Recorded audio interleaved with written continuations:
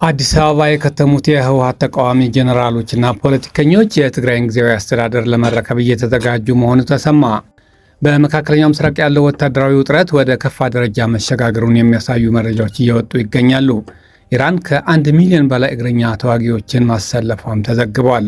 ኢራን የሆርሙዝ ሰርጥን ሙሉ በሙሉ መዝጋቷን አስታወቀች። ሰላም ጤና ይስጥልን ውድ የቻናላችን ተከታታዮች፣ ዛሬ የወጡ አዳዲስ መረጃዎች ይዘን ቀርበናል። እንድትከታተሉን በአክብሮት ጋበዝን። የትግራይ አስተዳደር በአዲስ አበባ እየተቋቋመ መሆኑ ተገለጸ። አዲስ አበባ የከተሙት የህወሓት ተቃዋሚ ጄኔራሎችና ፖለቲከኞች የትግራይን ጊዜያዊ አስተዳደር ለመረከብ እየተዘጋጁ ነው ተብሏል። በእነ ጄኔራል ጻድቃን የሚመራው ስብስብ ወደ ትግራይ ሰብሮ ለመግባት አፋር የመሸገውን ሐራ መሬት ወይም የትግራይ ሰላም ኃይል ወታደራዊ ክንፍ ማድረጉን የዋዜማ ዘገባ ያመለክታል። አዲስ አበባ የተደራጀው ኃይል ፖለቲካዊና ወታደራዊ ክንፉን በማጠናከር ወደ ትግራይ መግባትና የህወሓትን ስርዓት ለማስወገድ ዋነኛ ዓላማው አድርጎ እየተንቀሳቀሰ ነው ተብሏል። ስብስቡን በዋናነት የሚመሩት ጄኔራል ጻድቃን ገብረትንሳኤ፣ ብርጋዴር ጄኔራል ገብረ እግዚአብሔር በየነ ወይም ወደንጥሩ፣ ሜጀር ጄኔራል አበበ ተክለ ሃይማኖት ወይም ጆቤ፣ ኢንጂነር አሰፋ አብርሃና ጄኔራል ተክለ አሸብር ወዲ አሸብር ናቸው ተብሏል። በተራዘመ መፈንቅለ አስተዳደር ወደ አዲስ አበባ የሸሹት ጌታቸው ረዳን የተኩት የጊዜያዊ አስተዳደሩ ፕሬዝዳንት ሌተናል ጄኔራል ታደሰ ወረደ የስልጣን ጊዜያቸው ተገባደዋል። 2 ሳምንት የስልጣን ዕድሜ የቀራቸው ጄኔራል ታደሰ ወረደን አስተዳደር ለመረከብ ተዘጋጅቷል የተባለው ኃይል ከወዲሁ ምክር ቤት እያቋቋመ ነው ተብሏል። የጄኔራል ታደሰ ወረደ የስልጣን ጊዜ የ2 ሳምንታት ዕድሜ የቀረው መሆኑን ተከትሎ ትግራይን ለመረከብ እየተቋቋመ ነው በተባለው ምክር ቤት ፓርቲዎች ያቀፈ ነው ተብሏል። በጄኔራል ጻድቃን የሚመራው የትግራይ የለውጥ ፈላጊዎች እንቅስቃሴ አባል የሆኑት የአቶ ጌታቸው ረዳ ስምረት፣ ባይቶና፣ አረና ትግራይ፣ ትንሣኤ ሰብአ እንደርታና ቃንጫ ሐቄ የተባሉ 5 የፖለቲካ ፓርቲዎች እንዳሉበትም ተጠቁሟል። እንዲሁም በአፋር ክልል የሚንቀሳቀሰው ሐራ መሬት ወይም የትግራይ ሰላም ኃይል በመባል የሚጠራው ታጣቂ ቡድን ወታደራዊ ክንፍ እንዲሆን ከስምምነት መደረሱም ተሰምቷል። ሐራ መሬት ህወሓትን በመቃወም የተሰባሰበ ታጣቂ ቡድን ሲሆን በአዲስ አበባ ከሚንቀሳቀሱ የትግራይ ፖለቲካ ኃይሎች ጋር ጎን ለጎን ይንቀሳቀሳል ነው የተባለው። አዲስ አበባ የተደራጀው ስብስብ የትግራይ ጊዜያዊ አስተዳደርን ለመቆጣጠር ጥረት መጀመሩን የተገለጸ ሲሆን ለዚህም መንግስታዊ ቅርጽ ያለው ምክር ቤት እያቋቋመ ነው ተብሏል። ምክር ቤቱ የጄኔራል ታደሰ ወረደ የስልጣን ጊዜ ከማብቃቱ በፊት በቅርቡ በአዲስ አበባ ይፋ እንደሚደረግ የዋዜማ ዘገባ ያመለክታል። ኢራን ከ1 ሚሊዮን በላይ እግረኛ ተዋጊዎችን አሰለፈች። በመካከለኛው ምስራቅ ያለው ወታደራዊ ውጥረት ወደ ከፋ ደረጃ መሸጋገሩን የሚያሳዩ መረጃዎች እየወጡ ይገኛሉ።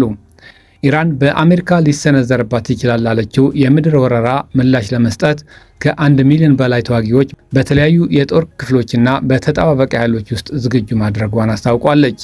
ይህ ግዙፍ የሰራዊት ስምሪት ኢራን ከዚህ ቀደም ከነበሩት ውስን ግጭቶች ወጥታ ወደ ሙሉ ጦርነት ዝግጅት መሸጋገሯ የሚያሳይ ነው።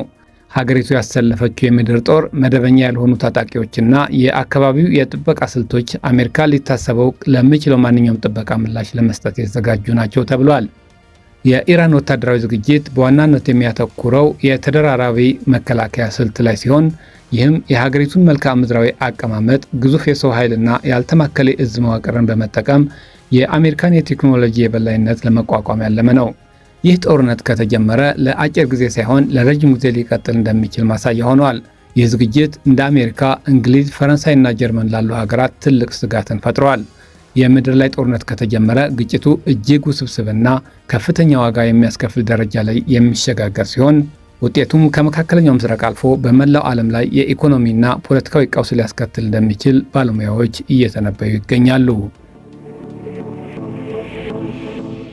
ኢራን የሆርሙዝ ሰርጥን ሙሉ በሙሉ መዝጋቷን አስታወቀች። የሆርሙዝ ሰርጥ በዓለም አቀፍ የነዳጅ ንግድና ጂኦፖለቲካ ውስጥ እጅግ ወሳኝ ስፍራ ነው። ኢራን ይህንን በር ሙሉ በሙሉ ዘጋችው የሚል ዜና እንደ ቀላል የሚታይ አይደለም። በዓለም ኢኮኖሚና ጸጥታ ላይ የሚያስከትለው ቀውስም እጅግ ከፍተኛ ነው። የቀውሱ ዋና ዋና ነጥቦችን እንመለከታለን። አንደኛው የዓለም ኃይል አቅርቦት መታወቅ ሲሆን በዓለም ላይ በየቀኑ ከሚመረተው ድፍድፍ ነዳጅ ውስጥ ወደ 20 በመቶ የሚጠጋው የሚያልፈው በዚህ ሰርጥ በኩል ነው። ይህ በር ሲዘጋ የአቅርቦት መቋረጥ በዓለም አቀፍ የነዳጅ ዋጋ ላይ ፈጣንና ከፍተኛ ጭማሪ ሊያስከትል ይችላል። ሁለተኛው ደግሞ የዓለም አቀፍ የኢኮኖሚ ድቀት ነው። የነዳጅ ዋጋ መጨመር በቀጥታ ከምርትና ትራንስፖርት ጋር የተያያዘ በመሆኑ የምግብ ዋስትናና የዋጋ ግሽበትን ይፈጥራል። በዓለም ዙሪያ የሸቀጦች ዋጋ ስለሚጨምር ማዕከላዊ ባንኮች የወለድ ምጣኔን ለመጨመር ይገደዳሉ። ይህም የኢኮኖሚ መቀዛቀዝን ይፈጥራል። ሶስተኛው ወታደራዊና የደህንነት ስጋት መፍጠር ነው። የሆርሙዝ መዘጋት ለታላላቅ ሀገራት ቀይ መስመር ተደርጎ የሚወሰድ ነው። ሌላውና አራተኛው ነጥብ ደግሞ የጂኦፖለቲካ ለውጥ ነው። እንደ ሳዑዲ አረቢያና የተባበሩት አረብ ኤሚሬትስ ያሉ ሀገራት በየብስ በኩል ወደ ቀይ ባህርን የሚያደርሱ የነዳጅ ቧንቧዎች ለመጠቀም ይሞክራሉ። ነገር ግን እነዚህ ቧንቧዎች በሰርጡ የሚለቀቀው የነዳጅ መጠን ሙሉ በሙሉ መተካት አይችሉም። በዚህ ሳምንት መስመሩ ክፍት ካልሆነ ኢራን ላይ እጅግ ከባድ የሆኑ ዓለም አቀፍ ማዕቀቦች እንዲጣሉና ከዓለም ንግድ ስርዓት እንድትገለል ሊያደርጋት ይችላል።